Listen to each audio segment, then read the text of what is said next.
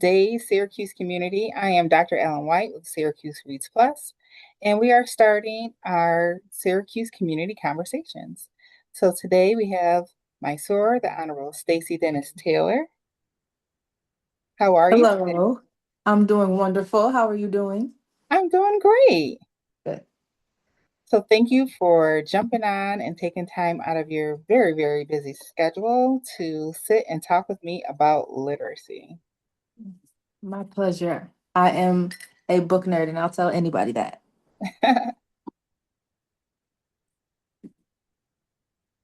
So as you know, I'm with Syracuse Reads Plus. And our goal is to help our community to read great by 2028 is what we like to tell people because we've learned that we have a struggle with reading, not only in Syracuse, we're not an anomaly to that, but the struggle continues in the state of New York and across the country. So we like to talk to people to inform them about the problem, engage with people like you so that we can work collectively to impact it. So, our mission is to empower all Syracuse residents to assist and advocate for community members of all ages and their families to become strong readers with great math skills. Because you have to be able to read those complex math problems and contracts that include lots of money sometimes. Our vision is to make Syracuse a community of strong readers with great math skills.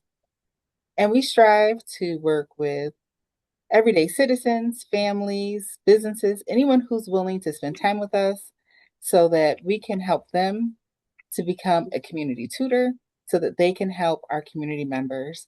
And if we do that, we'll have more people graduating from high school, pursuing post-secondary degrees, and impacting our community. So thank you for joining me. My Um, pleasure. Thank you for having me. so why? Why are we here? So 8 out of 10 youth in our Syracuse community need help to become stronger readers and mathematicians. Although we're focusing on reading right now, but I just want to say that it does impact math. Students Hmm. with lower reading levels are less likely to graduate from high school. And for our adults in our community, according to the last census, we have about 60,000 adults who struggle to read. So what that looks like in our community, and I'm sure you have seen, is we have lower literacy skills are more likely to lead us to poverty, more Hmm. likely to be incarcerated, and more likely to commit violent acts towards others. So we're not saying it's an all in all, like you struggle to read, you're going to do these things, but it is more likely to happen. So our goal is to again engage with our community, to train community members in becoming literacy tutors, and try to just make a difference. So our talk for tonight, we're calling literacy and justice. And we have Okay. our Honorable Stacy Dennis Taylor, a Syracuse City Court Judge, my soror. Thank you for joining us tonight. Thank you for having me. And I'm glad you have a photo of me in my yellow because I changed out of my yellow 10 minutes before getting on this call and put on my orange. So, yes. Hi. I'm really grateful that you're doing this for our community because reading is something that's always been very special and dear to my heart, and I try to instill that in my own children. But I think that what you're doing is going to have a ripple effect with even more kids here. So thank you for that. Thank you.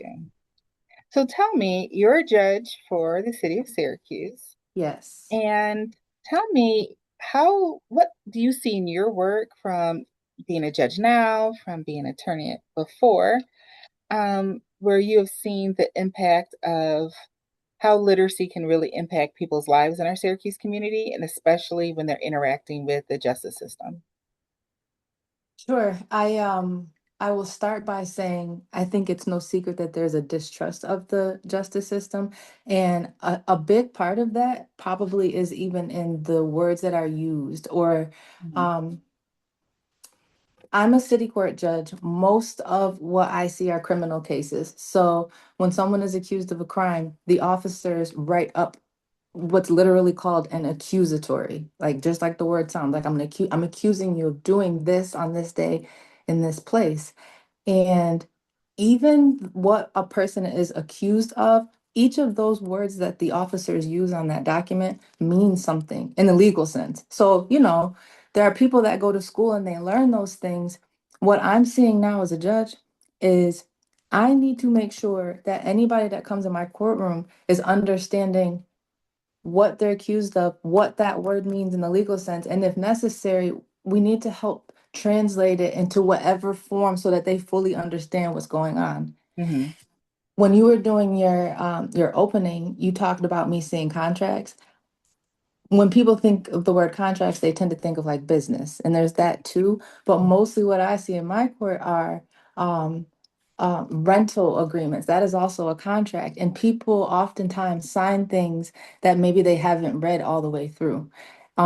So I there are different kinds of literacy, and I know that we've been talking about reading to kids. That's one of my favorite things to do. I do voices, but also with adults, helping them have literacy when it comes to documents like this. That's why we have like the help center in the county, but you know where the family court building is downtown? It's the old castle looking courthouse. On the very top floor, there's a law library that's open to anyone, but they also have clinics and they have what's called the help center. And you can go in and people will break down what the forms mean, regardless of the court that you're going to. So I think that's very important. That is exciting to know that that exists. Hmm. Um, and when people think of literacy, they think about words on paper. But what we've learned is it's a multifaceted, there's a multifaceted approach and access to literacy. So it includes not only reading, but it includes comprehension and it also includes the ability to speak and understand verbal communication. Yeah. So can you tell me about, how that comes into play? Because if I don't understand what the contract says, what the rental agreement says, and even if you say those words to me, I still may not be able to understand. So how can attorneys or other people in the justice system help people that may be struggling because they may not understand? It could be a language barrier or it could be a Mm. literacy barrier. Oftentimes it's a language barrier. There's actually a big call for multilingual individuals to come work for the New York State court system because we need more interpreters. And it pretty much every single court appearance that I have, we are requesting at least one court interpreter, and they have to travel all over New York State. And so they're stretched really thin. So that's an employment opportunity actually that I've been trying to tell people about. The other thing is that the way that I just told you about the help center, we lawyers and judges need to make sure that is getting out there to the community so that they know that the resource is there, the hours where they can go, transportation if necessary. Um, what you're listing are all these barriers to justice. And so whatever we need to do to help alleviate that, I think there are people willing to do it. I will also say things like what you're doing and actually saying this is, if you give people specific tasks, you will get the help that you ask for. I do believe that in my heart, at least in our community. So if the clinics, the way that they are right now, are not being helpful, then definitely like tell me what you need and we can help. Every year, the female lawyers in the community go to about 5 or 6 different schools, elementary schools around Onondaga County, and we just read fun little picture books. It's one of my favorite things to do every April. I would love for us to be able to do that in more schools with more volunteers because the kids, they're not only getting a story read to them in a fun way, but they're seeing it's representation. You used to see the young ladies that we meet that are so excited um, to see all kinds of different female lawyers and I don't know, it makes a difference. And I didn't have something like that when I was little, so No, I didn't either. So it made me think of something. So when you talked about having interpreters for those who may speak different languages or don't speak English well, Mhm. um, does anyone ever ask someone when they're going to the courts, do you struggle to read or comprehend, and will you need someone to read something to you or support you? So the defense attorneys should ask that. I'm going to be honest with you. The intake form that they use to see if they qualify for assigned counsel, we don't have public defenders, but basically a public defender. I don't know that that question is on there. I think that there are defense attorneys that are trying to get down to that information, especially if they're going to hand over something to the person and say, look at this and read this. But that's actually something I would have to look into. So or that I'm not sure if that specific question is on there. They I know definitely I've ask never about seen it. language, Right, they etc. ask about language. Mm-hmm. And I always chuckle to myself because it's just like you just handed me a piece of paper and asked me if I understand the language. I Right. don't know because I don't understand the language. But if we know that there's a direct correlation between you know, those who struggle with literacy and crime rates, um, it, it seems like we need to create a next step or a level of support for them Mhm.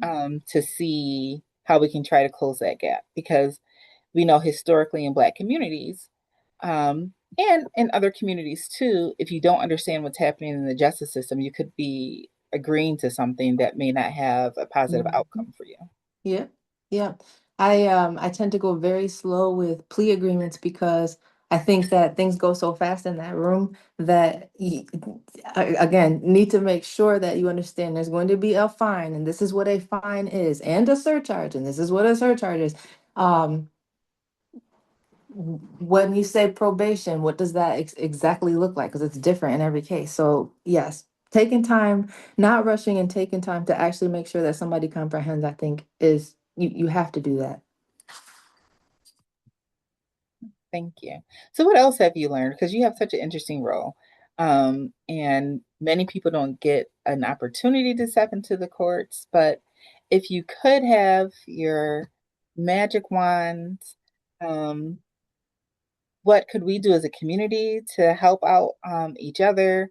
And what else do you think that your big wish that could take place in the justice system so that when we have someone with that struggling, we can help them to the best of our ability so that they struggle less? Take the opportunity to go into the courtroom. I wish that more people would come and watch. It's as long as they're not talking about something sensitive like child abuse or domestic violence, most of the cases, let's say it's like a shoplifting, just come watch arraignments. All courtrooms are open to the public, and I don't think people know that. Not to mention that it can be uncomfortable coming through the metal detectors.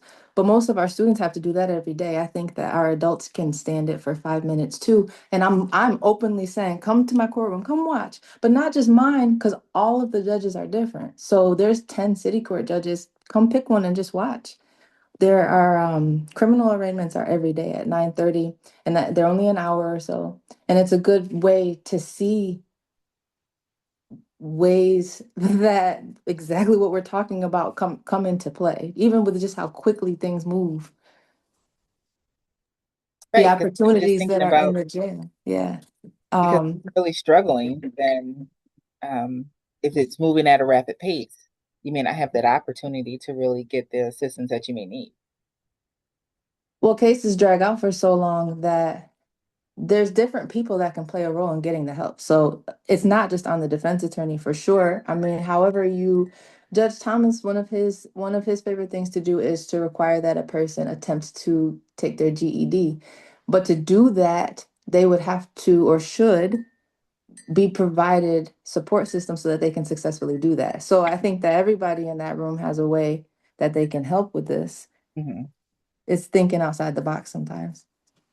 I can say that our local GED systems do, and GED, HSE, they do a great job with really helping people to read better. So if someone doesn't have their GED, I know locally that soon one of the first things they do is give them a reading assessment, and they just have to be dedicated to going and receiving the support so that Mhm. they can become a stronger reader, so that they can gain their GED, and gives us access to better things in life, right? Yep. Because what we don't want is, I'm going to go back and share my screen again.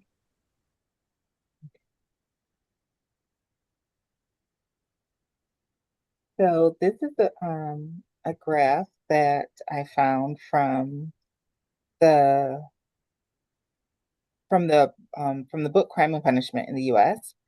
And according to those who are incarcerated in the U.S., almost 20% of them are illiterate compared to the general population that's at around 4%. Um, so that's why it makes me wonder, and I wanted to talk to you because how are we supporting people to really make sure that they're not further incriminating themselves or I mean, making poor choices when it comes to plea agreements. I that's don't my know the job. answer, I but it just mean, as far as not incriminating themselves, that's my job. So I I'm supposed to protect them from I don't even let people speak on the record unless they're talking to me and not about the facts of the case. But as far as connecting them with resources, that's I don't that's what we're trying to do. You know what I mean? So I would actually prefer somebody not have to plead guilty and get on probation in order to get those resources. So what I'm trying to do is learn ways to connect them with something before they even do that, especially if they don't have serious charges. By serious, I mean like violent crime or something like that. You know what I mean? Like a strangling someone to the point of unconsciousness. But if someone is clearly acting out of their circumstances, then I'm willing to think of lots of different ways that we can give them what they need. But also every person is different. before we start to wrap up, do you have any other final thoughts that you would like to share? No, I hope that we can inspire seeds of loving to read. I think that when I was a little kid and I learned how to read, I eventually learned how to write, which has really opened doors for me. It's a form of escapism for me. So, and a form of comfort. For those young people that like music, for example, I think that learning how to read can help you write with your song lyrics and just opening your mind to other worlds. There's a lot of places I haven't been able to travel to, but I can read about it. So I'm a big advocate of it, and I wish you the best of luck in what you're doing.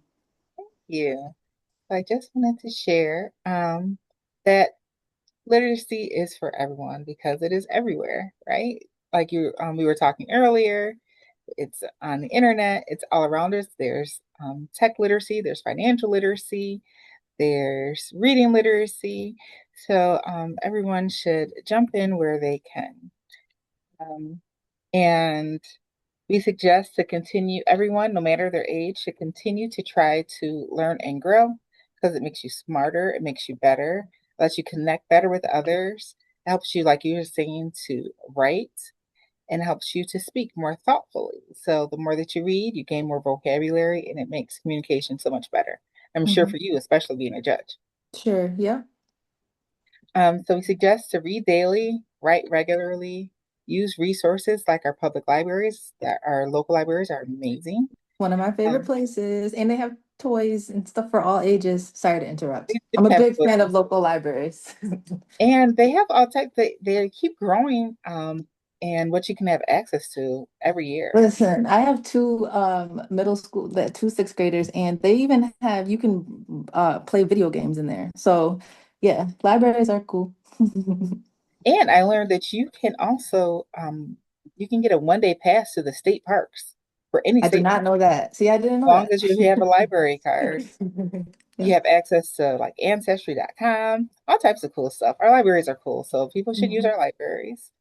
They can go down to the courthouse and learn more on that top floor. Mhm. They can contact organizations like Syracuse Reads Plus, or they can become a book buddy that's offered through the United Way. And we just want everyone to read great. I also put in the plug that we have our second annual literacy kickoff, October 18th. It's a Saturday from 9 to 2 p.m. at the Hillside Work Scholarship Center. That is the corner of Salt Springs and um, East Ave, right there on the corner. And you can come interact with us, and we will teach you how to become a literacy tutor to support our community. So, For Sora, all ages, right? all ages, because Yep. not only are kiddos who struggle to read, or you could have like I don't know if we haven't seen each other in a while. I have three beautiful grandkids now. So Congratulations. thank you.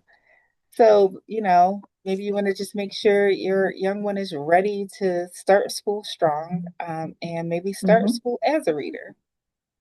That was my goal. I have one that just started kindergarten, and I try to read her a book every night before bed as part of the routine. That, So, make it fun when they're little. that is absolutely it. So I appreciate you. Thank you for helping to make our city greater.